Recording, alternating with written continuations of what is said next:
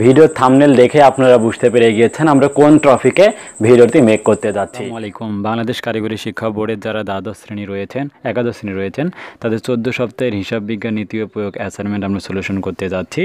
আর আপনারা সবাই ইতিমধ্যে অবগত আছেন, আমরা 5টা ইউটিউব চ্যানেল একত্রিত হয়ে আমরা আপনাদের জন্য প্রস্তুতি প্রোগ্রাম শুরু করেছি, যেখানে যদি আপনারা অ্যাডমিশন হন, যুক্ত হন, তবে সেক্ষেত্রে আপনারা এখান থেকে অবশ্যই 100% A+ আপনারা পাবেন। আমরা 3টি বিষয়ে সুপার সাজেশন প্রদান করব।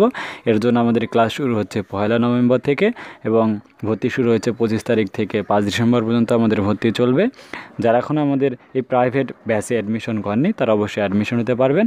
এর জন্য আমাদের ভর্তির জন্য আপনারা যোগাযোগ করবেন হারুন স্যার অ্যাকাউন্টিং। আপনারা জানেন হারুন স্যার সবথেকে বেস্ট অ্যাকাউন্টিংয়ের সলিউশন দিয়ে থাকে।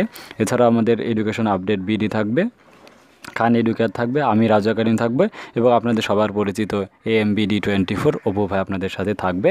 তো আমরা 5টা ইউটিউব চ্যানেল একত্রিত হয়ে আপনাদের জন্য এই প্রস্তুতি প্রোগ্রামের আয়োজন করেছি। তাই আপনারা আমাদের সাথে যদি যুক্ত থাকেন অবশ্যই আপনারা এখান থেকে A+ পাবেন। তাই যারা এখনও ভর্তি হননি তারা অবশ্যই ভর্তি হয়ে নিন এবং এখানে গুগল ফর্মে যে আপনাদের ভর্তি কার্যক্রমটি সম্পন্ন করবেন। আমি ডিসক্রিপশন বক্সে লিঙ্ক দিয়ে দিব, সেখান থেকে আপনারা দেখে নেবেন। সো চলে যাচ্ছি এটি কেন আমাদের 14তম সপ্তাহের অ্যাসাইনমেন্ট, কারণ এটি দেখতে পাচ্ছেন কম্পিউটার প্রোগ্রামিং এবং হিসাব বিজ্ঞান রয়েছে। এটি হচ্ছে 10 নম্বর অ্যাসাইনমেন্ট। তো চলে যাচ্ছে আমাদের প্রশ্নের কোথা থেকে এসেছে। আমাদের প্রশ্ন যেটি এসেছে সেটা আমরা দেখতে পাচ্ছি যে প্রশ্নটা আমাদের এসেছে 10 নম্বর এটি অ্যাসাইনমেন্ট, অর্থাৎ এটি আমাদের জন্য সর্বশেষ অ্যাসাইনমেন্ট। যেটি অ্যাসাইনমেন্টের শিরোনাম আমাদের দিতে হবে আর্থিক বিবরণী থেকে অ্যাসাইনমেন্টের এটি আমাদের শিরোনাম আমাদের করতে হবে। তো এরপর রয়েছে যে প্রশ্নগুলো আমাদের জন্য সলিউশন করতে হবে। প্রথম যে প্রশ্নটি বলা হচ্ছে স্বল্পমেয়াদী বিনিয়োগ দীর্ঘমেয়াদী বিনিয়োগের ধারণা ব্যাখ্যা করার কথা আমাদেরকে বলা রয়েছে, এটা আমাদেরকে ব্যাখ্যা করতে হবে। তো এরপর রয়েছে আমাদের জন্য যে প্রশ্নটি, সেটি হচ্ছে বিশদ আয় বিবরণী তৈরি করতে হবে। তো এর জন্য যে প্রশ্নটি রয়েছে সেটা নির্ভুলভাবে বিশদ আয় বিবরণী আমাদেরকে করতে হবে। তো এরপর যে তৃতীয় প্রশ্নটি রয়েছে মালিকানা সত্ত্ব প্রশ্নটি রয়েছে, আমাদের এই মালিকানা সত্ত্ব করতে হবে। এরপর আর্থিক অবস্থার বিবরণী 4 নম্বর যে প্রশ্নটি রয়েছে এটা আমাদেরকে করতে হবে। তো চলো আমাদের প্রথম যে প্রশ্নটি রয়েছে স্বল্পমেয়াদী বিনিয়োগ ও দীর্ঘমেয়াদী বিনিয়োগ নির্ভুলভাবে ব্যাখ্যা করতে হবে।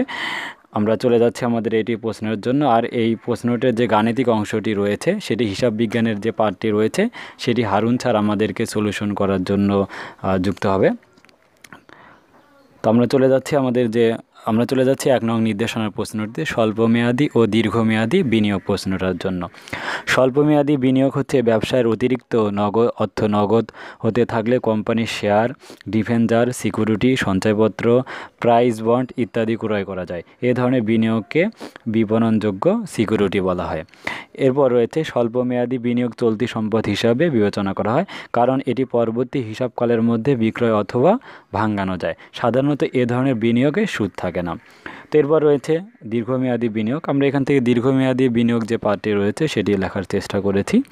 দীর্ঘদিন কারবার পরিচালনায় পর্যাপ্ত মুনাফা অর্জিত হলে, কারবার হতে প্রচুর পরিমাণ নগদ অর্থ থাকলে, ভবিষ্যৎ কারবার পরিচালনার জন্য পর্যাপ্ত অর্থ হাতে রেখে অবশিষ্ট অর্থ দীর্ঘ সময়ের জন্য অন্য কোনো কোম্পানি শেয়ার, ডিফেন্সার, সঞ্চয়পত্র, সরকারি পেপার, বন্ড ইত্যাদি ক্রয় করে বিনিয়োগ করতে পারে। এরূপ বিনিয়োগ হতে যে সুদ পাওয়া যায় তা কোম্পানির পরিচালনার আয় হিসাবে গণ্য হবে। এ ধরনের বিনিয়োগের মধ্যে সুদের হার উল্লেখ থাকে। তো চলে যাচ্ছে আমাদের পরবর্তী যে প্রশ্ন প্যাটার্নটি রয়েছে, যেটি আমাদেরকে হারুন স্যার আমাদেরকে সলিউশন করে দিয়েছেন। আপনারা জানেন হিসাব বিজ্ঞানের জন্য হারুন স্যার বেস্ট, তাই আমরা আপনাদেরকে হারুন স্যারের নিয়ে আমরা এই ব্যাচটার আয়োজন করেছি। হারুন স্যার আমাদের সাথে থাকবেন, স্পেশালি শহীদ জিয়াউর রহমান কলেজ থেকে ইনি আমাদের সাথে থাকবেন, হিসাব বিজ্ঞান সলিউশন করে দিয়েছে। সো আমরা চলে যাচ্ছি যে প্রশ্নটি আমাদের জন্য রয়েছে, সেই প্রশ্নটি রয়েছে যে প্রশ্নটি হচ্ছে নির্ভুলভাবে বিশদ আয় বিবরণী তৈরি করতে পারলে। তো আমরা সেই বিশদ আয় বিবরণীর যে ছকটা রয়েছে সেটা আমরা দেখে নিচ্ছি। আমাদেরকে এভাবে বিশদ আয় বিবরণীর যে ছকটি রয়েছে এটি তৈরি করতে হবে। সেটি নুসরাত এন্টারপ্রাইজের বিশদ আয় বিবরণী, যেটি আমাদের প্রশ্নতে দেয়া ছিল, সেটা আমরা এখান থেকে তৈরি করব। তো প্রশ্নতে বলা ছিল যে হিসাবের শিরোনাম আমাদের লিখতে হবে, বিস্তারিত টাকা লিখতে হবে। তো এরপর টাকার পরিমাণ আমাদের লিখতে হবে। এখানে আয়সমূহ হচ্ছে সেবার আয় বা অগ্রিম সেবা যে আয় টাকাটা এসেছে সেটা, এবং মোট আয় আমরা এখানে লিখেছি। মোট আয় হচ্ছে 2,59,60,000 টাকা। এরপর মজুরি রয়েছে এবং মজুরি 19,600 টাকা, বকেয়া হচ্ছে 3,400 টাকা, বিস্তারিত এখানে 23,000 টাকা। তো এরপর আমাদেরকে লিখতে হবে যে হিসাবের শিরোনাম পাঠটা আমাদেরকে লিখতে হবে। তো আমরা যে শিরোনামের পাঠটাতে এখানে ভাড়া, উপযোগ ও বিল, তো এরপর রয়েছে বকেয়া খরচ। এখানে আমি সব তথ্যগুলো লিখে দিয়েছি। আমাদের হারুন স্যার অ্যাকাউন্টিং, ইনি আমাদেরকে স্পেশালিস্ট রয়েছে। তাই আপনারা যারা এখনও আমাদের প্রস্তুতি প্রোগ্রামে জয়েন করেননি তারা অবশ্যই জয়েন করবেন।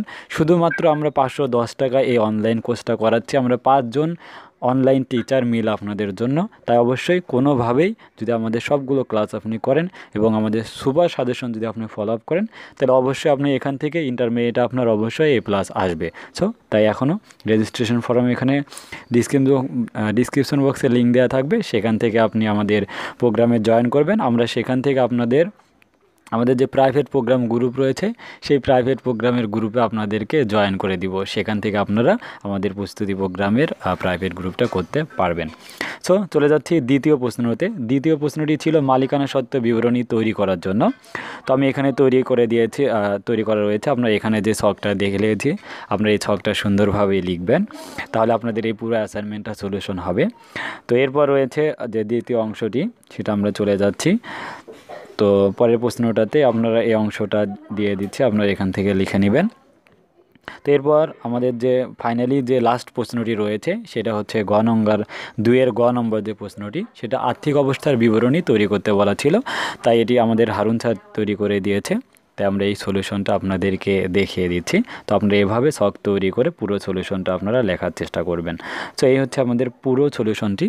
আর এই সলিউশনটার যদি আপনারা PDF ফাইলটা পেতে চান, আমি কিভাবে তৈরি করেছি, তো এটার যদি PDF ফাইলটা আপনি পেতে চান, তাহলে অবশ্যই আমাদের যে গ্রুপ রয়েছে Raju academy BD Facebook group রয়েছে, যেখানে এখন বর্তমানে 19,500 মেম্বার রয়েছে, আপনি সেখান দিয়ে দিব। আমি মূলত এখানে PDF লিঙ্কটা আমার রাজু একাডেমি যে পেজ রয়েছে সেখানে দিয়ে দিব।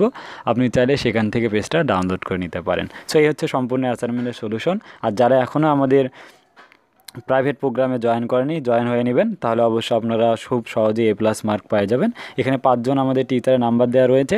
আপনি যার পছন্দ হয় তাকে ফোন করে আমাদের প্রাইভেট প্রোগ্রাম আপনি জয়েন করে নেবেন, যার জন্য আমরা 3টা বিষয়ের জন্য নিচ্ছি 510 টাকা। 1 তারিখ থেকে আমাদের ক্লাস শুরু হচ্ছে। 1 তারিখ 8টায় প্রথম আমাদের অ্যাকাউন্টিং ক্লাস থাকবে, হারুন স্যার নেবে রাত 8টায় জুম অ্যাপে। আপনারা সেই ক্লাসটা উপভোগ করবেন। সো সে পর্যন্ত সবার সুস্বাস্থ্য কামনা করে শেষ করছি। আসসালামু আলাইকুম। অনেক কষ্ট করে আমি ভিডিওটি মেক করেছি, আপনারা দেখেছেন। যারা এখনো আমাদের ভিডিওটি লাইক করেনি অবশ্যই লাইক করবেন এবং কমেন্ট করে জানাবেন আমাদের ভিডিওটি আপনাদের কাছে কেমন লাগলো। এরকম ভিডিও পাওয়ার জন্য এবং পরবর্তী সপ্তাহে ভিডিও পাওয়ার জন্য আমাদের চ্যানেলটি সাবস্ক্রাইব করে অবশ্যই নোটিফিকেশন বেল আইকনটি প্রেস করে রাখবেন।